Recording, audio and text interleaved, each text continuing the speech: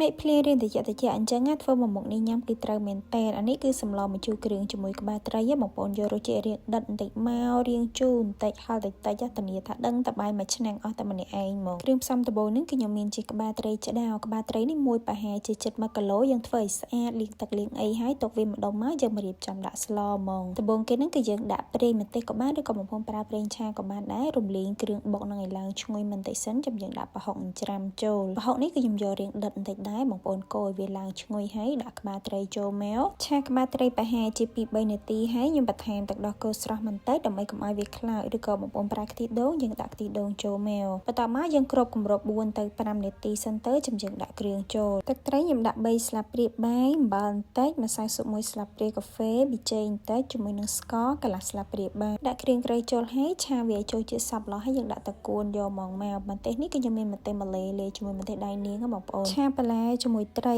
ហើយនឹងគ្រឿងរបស់យើងឲ្យចូលជាតិសព្វល្អបន្តិចមកយើងគ្របទុកប្រហែលជា4ទៅ5នាទីឲ្យឡើងទន់បន្លែបន្តិចបានខ្ញុំដាក់ទឹកចូលសម្រាប់ទឹកគឺយើងយកមកល្មមអត់រាវពេកក៏អត់គោកពេកដែរបន្ទាប់មកគឺខ្ញុំដាក់ទឹកអំបិលទុំអានេះខ្ញុំដាក់ចំនួន3ស្លាបព្រាបាយសិនកូរច្បល់ឲ្យវាចូលជាតិសព្វល្អហើយគ្របទុកប្រហែលជា3ទៅ4នាទីទៀតឲ្យឆ្អិនបន្លែឆ្អិនត្រីទៅតែប៉ុណ្្នឹងគឺយើងអាចភ្លក់បានហើយសម្រាប់ខ្ញុំហ្នឹងគឺវារៀងស្ទើរជូរតែចឹងហើយខ្ញុំបន្ថែមទឹកអំបិលទុំ2ស្លាបព្រាបាយទៀតចុងក្រោយគេយើងបង់ម្រះព្រៅចូលហើយអីដែលខ្វះអត់បានគឺទឹកដោះគោស្រស់បងប្អូននេះគឺខ្ញុំដាក់ចំនួនមួយវែកហ្នឹងកូរច្បល់វាតែបន្តិចទៀតទៅសម្លម្ជូរគ្រឿងរបស់យើងគឺរួចរាល់យើងអាចយកទៅញ៉ាំបានហើយសម្រាប់ខ្ញុំគឺខ្ញុំអត់សូវចូលចិត្តប្រើខ្ទិះដូងទេបងប្អូនខ្ទិះដូងញ៉ាំទៅរៀងទ្រាំអញ្ចឹងណាប៉ុន្តែបើថាដាក់ទឹកដោះគោស្រស់អញ្ចឹងស្លចេញមកគឺខ្ទិះឆ្ងាញ់ហ្មងហើយញ៉ាំទៅអត់ឆាប់ទ្រាំទៀតហើយរសជាតិខ្ញុំយករៀងដិតប្រហុកបន្តិចរៀងជូរបន្តិចអញ្ចឹងណាហើយហឹរនឹងហឹរតិចក្នុងនឹងដែរសម្រាប់រសជាតិវិញអត្តនីបងប្អូនគឺឆ្ងាញ់ខ្លាំងហ្មងសំខាន់ញ៉ាំអត់ទ្រាំទេគឺត្រូវមាត់របស់ខ្ញុំខ្លាំងមែនតើហ្មងរបស់ខ្ញុំក៏មានតែប៉ុណ្្នឹងដែរអរគុណច្រើនជួបគ្នានៅវីដេអូក្រោយៗ